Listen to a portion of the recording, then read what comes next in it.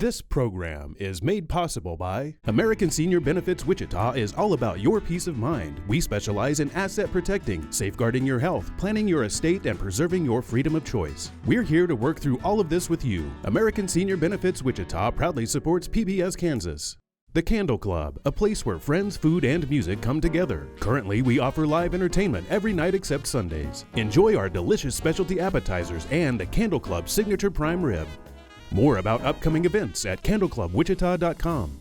Home Health and Hospice of Kansas is a locally owned and community-based provider. We offer quality health care to our patients and families, complete with love, warmth, and compassion. We'll take care of all of the details for you. For more information, please visit kansashomehealth.com.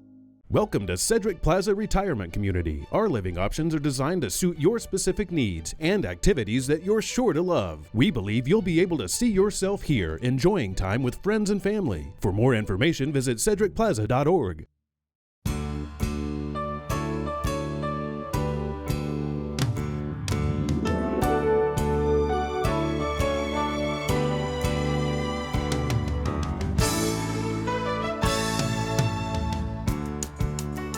Welcome to Empowering Seniors. I'm Katherine Ambrose, and today we're talking about personal safety in the time of COVID and after, and I'm sitting here with Joesph Schillaci. Joe, thank you so much for joining us. No, thank you for having me, Katherine. So our show is all about educating, equipping, and empowering seniors, and I know you're just the man to do it.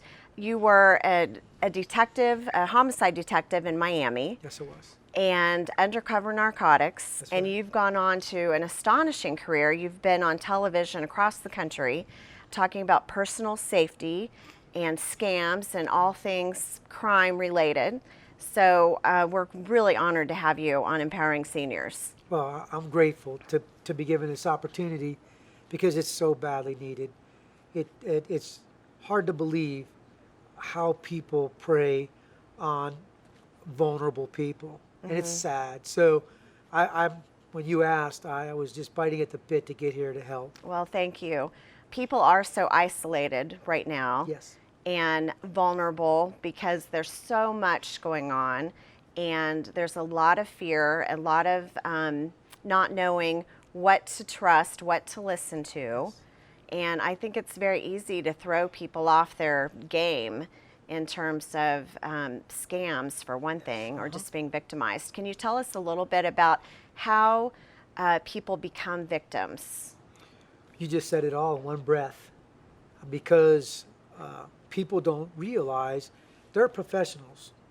There are professional predators that are just waiting to pounce on the perfect opportunity. And today's climate couldn't be any better for them because they realize that we're living in a very volatile time where people are extremely vulnerable, they're extremely isolated, they're very unaware of what's going on. If it wasn't bad before, it's way worse now. So what I like to do is just tell people to take a deep breath, take a step back, and be aware. Don't be scared, but be aware. Just be aware of who you're talking to, be aware of your surroundings, be aware of what you're transacting and who you're transacting with. That's it. That's the key to success and not becoming a victim, is just be aware. So what are some of the things that people could do maybe in their home to feel safer? Some simple things that people think that it takes a lot of money and a lot of effort and a lot of expertise to fortify their homes. I'm not talking about turning your home into a prison, but just secure it a little bit better. The best thing they could do is get an alarm. And people kind of get scared because they're pricey. And to some degree they are. But there are some packages out there that people could get that are not that expensive. And if you can't afford an alarm, there's things that you could do that you could secure your home that are very, very cost effective. For example, if somebody's going to break into your home, a lot of these doors could get kicked in so easily because what happens is that strike plate, or the plate that the door locks into, is usually screwed in by small screws. If you go out and you purchase less than $1, 2 or 3 4-inch, 3.5 to 4-inch screws, and get somebody to screw those into that plate, you're not going to kick that door in. You're not. You're not going to kick that door in. That's something that simple. You would be amazed the difference it can make. What I also tell people, not so much securing your home, but preparing it. Get your hedges trimmed down below the window sill so your windows are not blocked from being able to look out or look in. And a lot of people don't realize just cleaning your yard up, getting your hedges, getting your trees trimmed down, the difference that makes in what these predators will prey on or what they won't prey on. Just putting a sign in your front door or your front yard, monitored by, you would be amazed. Or a dog. Some people don't want dogs because they just don't want pets. Leave a TV on with some loud sounds. When people think that somebody's home, they're on to the next. Yeah. Sometimes I think having, visible cars, just very simple things can make a big difference to make the home look more occupied. Lighting. Absolutely. So I think dogs are fantastic deterrent. Even a small dog oftentimes is going to be very alert and bark. That's right. Stranger danger. They know if someone's around and they'll bark. And a big dog can be a huge deterrent. So it's something to consider for sure. And it's what I love to tell people is make sure your newspapers are picked up, make sure your lawns are manicured. Because what happens is a predator or a burglar is when they do their homework. It's not that it's just spontaneous. What they'll do is they'll do a canvas. They'll drive around or they'll walk around and they'll look to see, okay, who's home, what house looks like it's manicured, what house looks like maybe somebody's away on vacation, and that's the house they're going to try to hit. I mean, case in point, my next door neighbor, a predator, a burglar, walked up. You could see it in their ring, in their video, and knocked on the door. And that's what they'll do. They'll knock on the door to see if somebody answers the door. If somebody doesn't answer the door, then it's like, okay, nobody's home. And they actually tried their combination to their front door lock to see if they could get in. Wow. If it wasn't for a neighbor walking by, my neighbor could have been victimized. And as it turned out, the family was inside the house. So I love to tell people the safest neighborhoods are the neighborhoods, let me say this again, the safest neighborhoods, let me raise my voice, the safest neighborhoods are the neighborhoods that look out for each other. Those are the safest neighborhoods, where people converse with each other, they exchange emails, phone numbers, they just look out and care for each other. So if something doesn't look right, they're making a phone call to the police, to the neighbor to make sure everything is okay.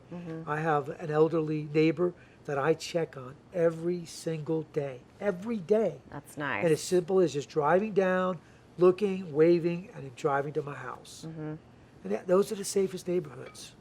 Very good. And you mentioned today security systems, I know, are less expensive and easier to install because they don't have to be wired throughout the house anymore. It's wireless. And so there are really good options. And then the front door video monitor is amazing. And those can be very inexpensive to set up. And so that's a good point. So technology in some ways causes some challenges, but in other ways is a great solution. And they're great deterrents. And you mentioned that they're relatively inexpensive, and they are. And they will send you an alert to your phone. So if you're away and somebody approaches your front door, they'll send you an alert to your phone so there's somebody at your front door. So they're phenomenal systems. The reality is some people can't afford the technology that's out there today. And that's why I tell them, I understand, but there are certain things that you could do, that you can make your home and your family safer. And again, I got to say it again, the biggest thing you could do is just have your neighbors look out after you and you look out after them. Those are the safest neighborhoods. What are some other things that you wanted to be sure to share with seniors and their loved ones about personal safety? Well, again, it's exciting, and I have to really channel my excitement because I realize that what I say can matter. And I think the most important thing that I would like to share with the seniors today is don't let your kindness make you vulnerable, because that's what they're preying on. That's what these predators are hoping for, your kindness. Somebody knocks at your door. They're saying, okay, we're here to offer COVID services. They prey on that. They prey on your kindness for you to get through the door. Or a phone call saying, hey, we're here to give you services. Can we get your credit card? Could we get your personal information? Please don't give out personal information to anybody other than your loved ones. Don't give out your personal information. I know that predators really capitalize on fear, and so they might mention the COVID vaccine and people's concern about whether they can get the vaccine and if it's going to be free, and that might be a tactic that they might use. Absolutely. They're always trying to change it up and figure out what it is they can use to throw people off guard. And it is shocking that there's no mercy and that people would do that to a stranger. But we have to keep in mind that you don't know who this person is on the other end of the phone. They might not even be in this country. And it's certainly what they're doing for their living. And they don't have any concern about what they're doing to people. It's a game, I'm sure. More scarier than that, it's $1 billion industry. These professionals, these scam artists, it is $1 billion industry. So they know what they're doing. What I would like to do is I would like to prepare and arm our vulnerable with knowledge. And knowledge is powerful, because if you get that phone call from, for example, hey, we're coming to arrest you because you didn't pay your taxes. Okay, so what we want you to do is we want you to go to a local, Walmart or wherever, and purchase $500 or $600 worth of gift cards. It's a scam. These are scams. So you should be giving out personal information to anybody. If you've been in trouble, and somebody's going to arrest you, and it's a legitimate law enforcement agency, you're going to hear from them in person. Okay? So just be careful who you're talking to. What about when people leave their house? What type of awareness should be top of mind when they're maybe in parking lots or going shopping? Great question. And again, I could use an example where I sat in my car and a lady was walking to her car, and I got out of my car and I approached her without her having any clue that I was approaching her. And she could have very easily been victimized. I've investigated and responded to literally thousands of cases over my 35 years of doing this kind of work, where people just were not aware of their surroundings. So the key to anybody from ages 6 or 7, like I teach my son, to 70 to 75, all the way up, is just be aware of your surroundings. Going to and from whatever you're doing, just take that second to kind of look around, get your eyes scanning to see, who may look out of place. Because a predator or a criminal is more afraid of going to jail, so they want the element of surprise. Okay, the guy or the lady that's behind that pillar lurking and looking, and they're looking for somebody that's just not paying attention. So just a couple of seconds going to and from wherever you're going, just be aware. Make sure you lock up your belongings. Make sure you park in a well-lit area, a populated area. You'd be amazed how many people will park on an alley that's not well lit. And so you just don't want to look like that easy target that they're waiting on. So Exactly. You've got to stay awake and not be so caught up in what you're thinking about, which is a good thing to do anyway, because fall prevention, you learn that when you're not paying attention, you're thinking about other things, you're more likely to trip and fall. So just when you're on the move, you really just need to keep your mind right there on getting across that parking lot. And because we are polite, maybe we'll ignore a gut feeling that we have. That is a phenomenal question. I love that question because I live by this every day because of what's happened to me in my career. So I know firsthand what it feels like when your hair stands up on the back of your neck or in your arms, or that inner voice is telling you, hey, there's danger. People like to think that that's hocus pocus, and that's not. That is not psychological. That's biological. That's physiological. That there's parts of your brain that is sending messages to your body, to your muscles, preparing you for a possible attack. Okay, that's called flight or fight. If you study flight or fight, you'll understand. That is physiological. So if there's that inner voice telling you, beware, there's something wrong, there's something amiss here, pay attention to it. Because in all likelihood, it's coming. That danger is coming. You should listen to it and don't ignore it. I will tell you firsthand, when I ignored it on the job, I got hurt, and I got hurt severely. When I listened to it, it saved my life.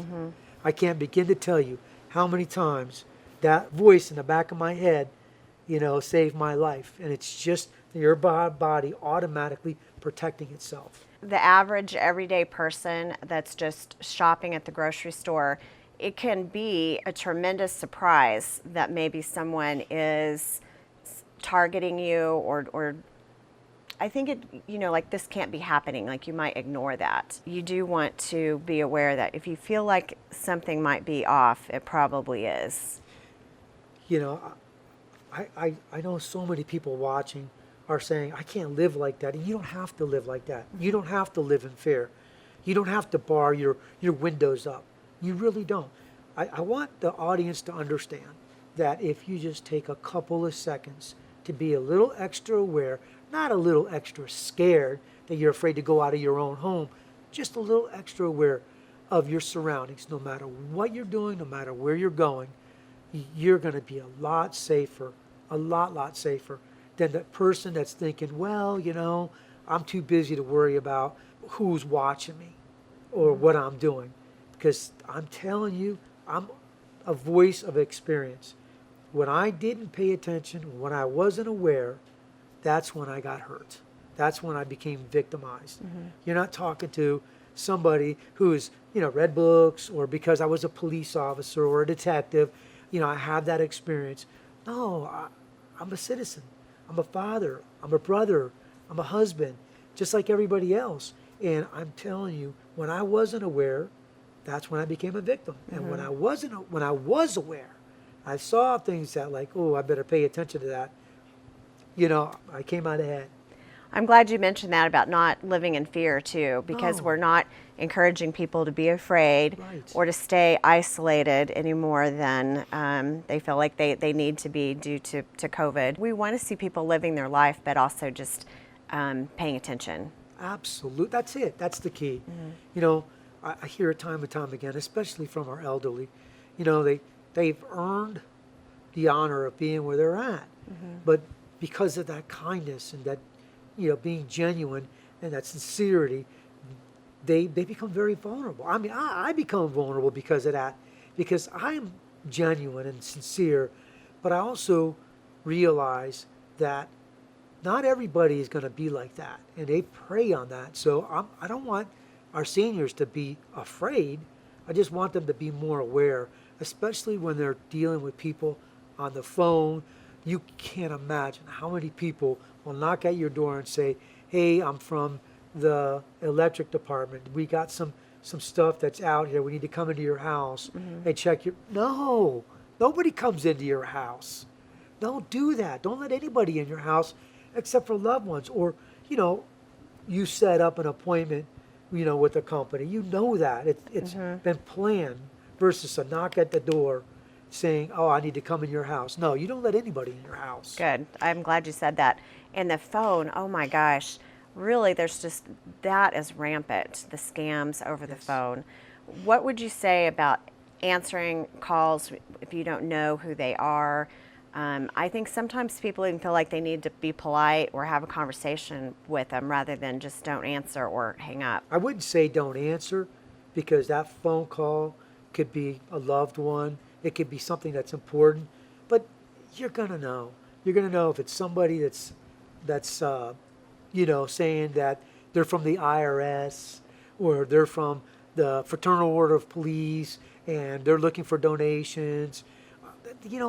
That stuff is through the mail, And I caution the elderly too to be careful of the mail, because they can be equally scammed through the mail as they can through a phone call or somebody visiting their home with a knock at the door.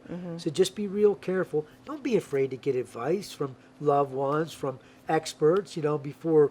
Look, be careful about your credit cards. Be careful about giving out personal information. There's no need. You control the situation. If you need work in your house, you control it. You call a reputable company. You set that up with the reputable company, okay, versus somebody saying, oh, they're from so-and-so, let me in the house. We want to do some work on your house. You know what I'm saying? Just be real careful about that.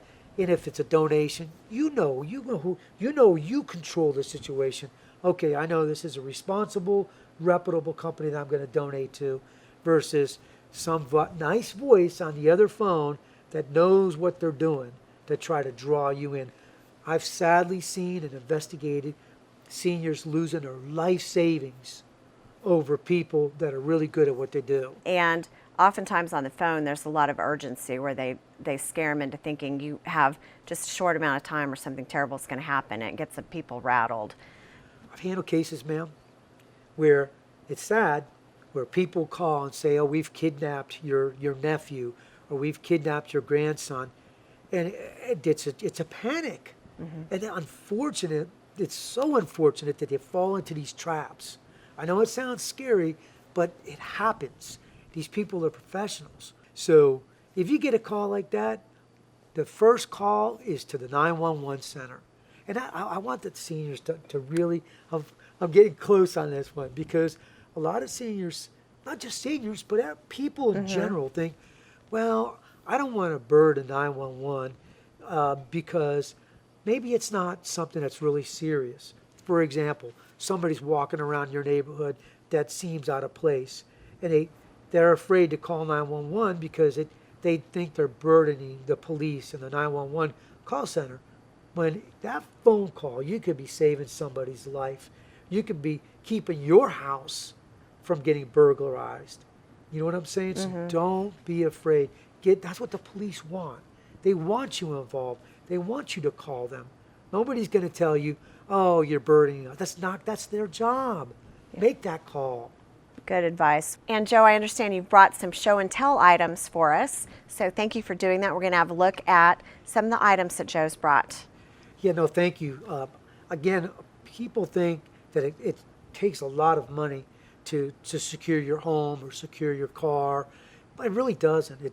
I've brought some stuff that's very, very inexpensive and very simple to do that would secure your home so much better than it is already. Very good. So what I want the audience to understand is it really doesn't take a lot of money to secure your house, to fortify your house. Everything that you see here on these tables was less than $100. And for example, what I teach people is to have a safe room. If you are home and somebody does breach your house or your door, to go into a room that's called a safe room. And for $25, you could get this bar and pry this up on your doorknob to the floor, and nobody's kicking that door in. It's not going to happen for $25 or less. And then also, something isn't as expensive as these screws right here. Most doors and door locks or the door jambs have small screws.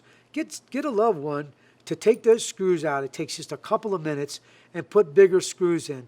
A lot of burglars try to kick that door in, and they're easy to kick in with the small screws. With the larger screws, it's impossible. It's very, very difficult. Something as inexpensive as that. A lot of people don't have the money to buy the alarms. Well, for just a few dollars, you could buy these alarms right here that give off a horrible wail, and attach them to your front doors and your windows. And if those doors or windows are breached, they give out a horrible screeching noise, and a burglar does not want to be noticed. So in all likelihood, they'll flee the house. Here's a strike plate that I was just talking about. Very inexpensive to just replace and put the bigger screws in. And lighting. I can't begin to tell you how important lighting is. If you get somebody to install less than $25, a floodlight or emotional light. If somebody walks up to your house, the lights go off, they illuminate. A burglar does not want to be noticed. Have one that's in the front and have one that's in the back. It's important to be able to light up your rear entry as it is your front entry. Very, very important. Thank you for being with us today, Joe. And thank you for watching this episode of Empowering Seniors. If you have any questions or suggestions for us, just reach out at empoweringseniors@kpts.org, and we'll see you next time.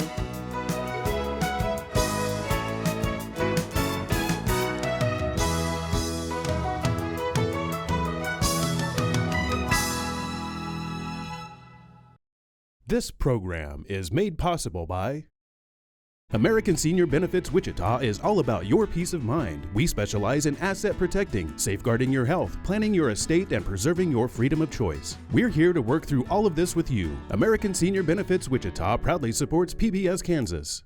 The Candle Club, a place where friends, food, and music come together. Currently, we offer live entertainment every night except Sundays. Enjoy our delicious specialty appetizers and the Candle Club Signature Prime Rib. More about upcoming events at candleclubwichita.com. Home Health and Hospice of Kansas is a locally owned and community-based provider. We offer quality health care to our patients and families, complete with love, warmth, and compassion. We'll take care of all of the details for you. For more information, please visit kansashomehealth.com. Welcome to Cedric Plaza Retirement Community. Our living options are designed to suit your specific needs and activities that you're sure to love. We believe you'll be able to see yourself here, enjoying time with friends and family. For more information, visit cedricplaza.org.